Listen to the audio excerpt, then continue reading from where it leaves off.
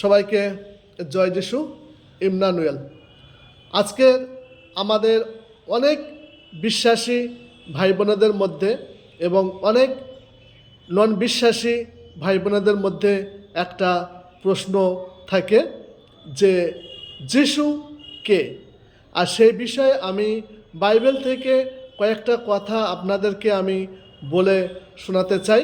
আপনারা দয়া করে মনোযোগ সহকারে এই কথাগুলি আপনারা শুনবেন।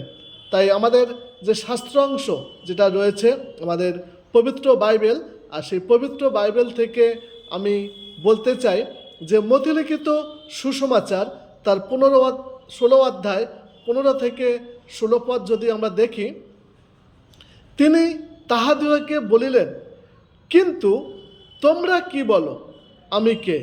সিমন পিতর উত্তর করিয়া কহিলেন, আপনি সেই খ্রিস্ট, জীবন্ত ঈশ্বরের পুত্র। ভূমিকা: যিশু কে? এই প্রশ্নটি যে কোনো ব্যক্তির পক্ষে সবচেয়ে গুরুত্বপূর্ণ প্রশ্ন। এমনকি তার পার্থিব পরিচর্যার সময় তার সম্পর্কে মানুষের অনেক মতামত ছিল। কেউ কেউ তাকে একজন ভাববাদী বলে মনে করতেন, কেউ কেউ বিশ্বাস করতেন যে তিনি একজন ভালো শিক্ষক, এবং কেউ কেউ কেবল তার অলৌকিক কাজের জন্য তাকে অনুসরণ করতেন। কিন্তু যিশু জনতার তাদের মতামত জিজ্ঞাসা করেননি। তিনি তার শিষ্যদেরকে দিকে ফিরে জিজ্ঞাসা করেছিলেন, তোমরা কি বলো, আমি কে? মথি তার 16 অধ্যায় 15 পদে আমরা দেখি। পিতর সাহসের সাথে উত্তর দিয়েছিলেন, আপনি সেই খ্রিস্ট, জীবন্ত ঈশ্বরের পুত্র। এই শক্তিশালী ঘোষণা যিশুর প্রকৃত পরিচয় প্রকাশ করে। আজ আমরা বাইবেল অনুসারে যিশু কে এবং কেন তাকে ব্যক্তিগতভাবে জানার ফলে আমাদের জীবনকে চিরতরে বদলে দেয় তা অন্বেষণ করব। 1 নম্বর পয়েন্ট, যদি আমরা দেখি, যিশু হলেন ঈশ্বরের পুত্র। যিশু সম্পর্কে প্রথম এবং সবচেয়ে গুরুত্বপূর্ণ সত্য হল তিনি ঈশ্বরের পুত্র। এর অর্থ যিশু কেবল একজন জ্ঞানী শিক্ষক বা একজন ভালো মানুষ নন, তিনি ঈশ্বরের মতো একই প্রকৃতি। তিনি পিতার কাছে থেকে এসেছিলেন, পাপ ছাড়াই জীবনযাপন করেছিলেন, কর্তৃত্বের সাথে শিক্ষা দিয়েছিলেন এবং তার জীবনের মাধ্যমে ঈশ্বরের চরিত্র প্রকাশ করেছিলেন। যোহন তার 1 অধ্যায় 1 পদে যদি আমরা দেখি, সেখানে বলা হয়েছে, আদিতে বাক্য ছিলেন এবং বাক্য ঈশ্বরের কাছে ছিলেন এবং সেই বাক্য ঈশ্বর ছিলেন। এটি দেখায় যে যিশু সৃষ্টির আগে থেকেই ছিলেন এবং তিনি ঐশ্বরিক। যিশু যখন অসুস্থদের সুস্থ করেছিলেন, পাপ ক্ষমা করেছিলেন এবং ভূতদের চলে যেতে আদেশ দিয়েছিলেন, তখন তিনি ঈশ্বরের শক্তি এবং প্রেম প্রদর্শন করেছিলেন। ঈশ্বরের পুত্র হিসাবে যিশুকে জানা আমাদের বিশ্বাসকে শক্তিশালী করে। যখন আমরা সমস্যার সম্মুখীন হই, তখন আমরা বিশ্বাস করতে পারি যে তিনি আমাদের সাহায্য করার জন্য যথেষ্ট শক্তিশালী। যখন আমরা একাকী বোধ করি, তখন আমরা বিশ্বাস করতে পারি যে তিনি আমাদের কাছে আছেন।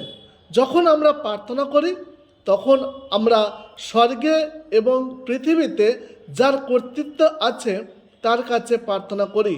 যিশু দুর্বল, দূরবর্তী বা সীমিত নন।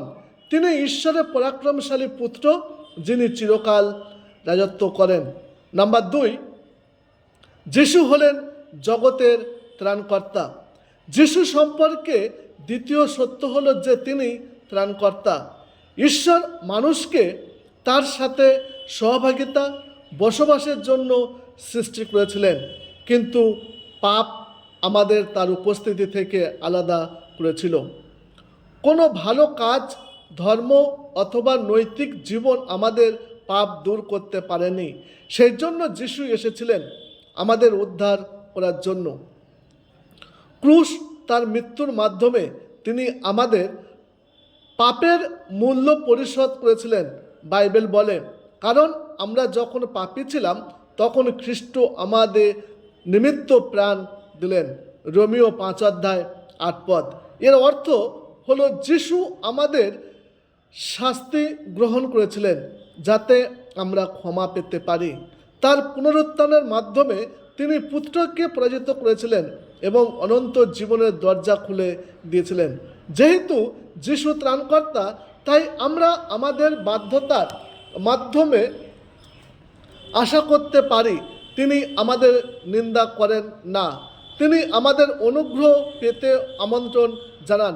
তিনি আমাদের অতীত ধুয়ে ফেলেন, আমাদের একটি নতুন হৃদয় দেন এবং আমাদের অনন্ত জীবন প্রদান করেন। পরিত্রাণ আমাদের অর্জিত জিনিস নয়, এটি এমন একটি উপহার যা আমরা বিশ্বাসের মাধ্যমে পাই। যখন আমরা যিশুকে আমাদের ত্রাণকর্তা হিসাবে গ্রহণ করি তখন সব কিছু বদলে যায়। আমাদের পাপ ক্ষমা হয়, আমাদের হৃদয় নবায়িত হয় এবং আমাদের ভবিষ্যৎ নিরাপদ হয়ে ওঠে। নাম্বার 3, যিশু হলেন উত্তম মেষপালক।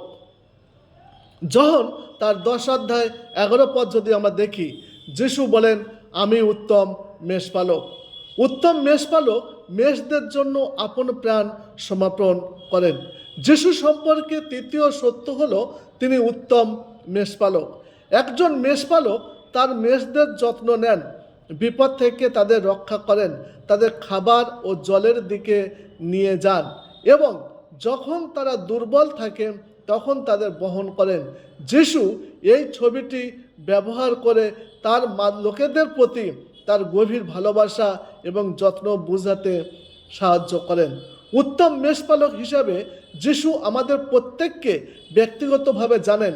তিনি আমাদের সংগ্রাম, ভয়, দুর্বলতা, চাহিদাগুলি জানেন। যদিও আমরা আমাদের ভুলে যেতে বা পরিত্যাগ করতে পারে, যিশু কখনো তা করেন না। আমরা যখন বিভ্রান্ত হই তখন তিনি আমাদের পথ দেখান।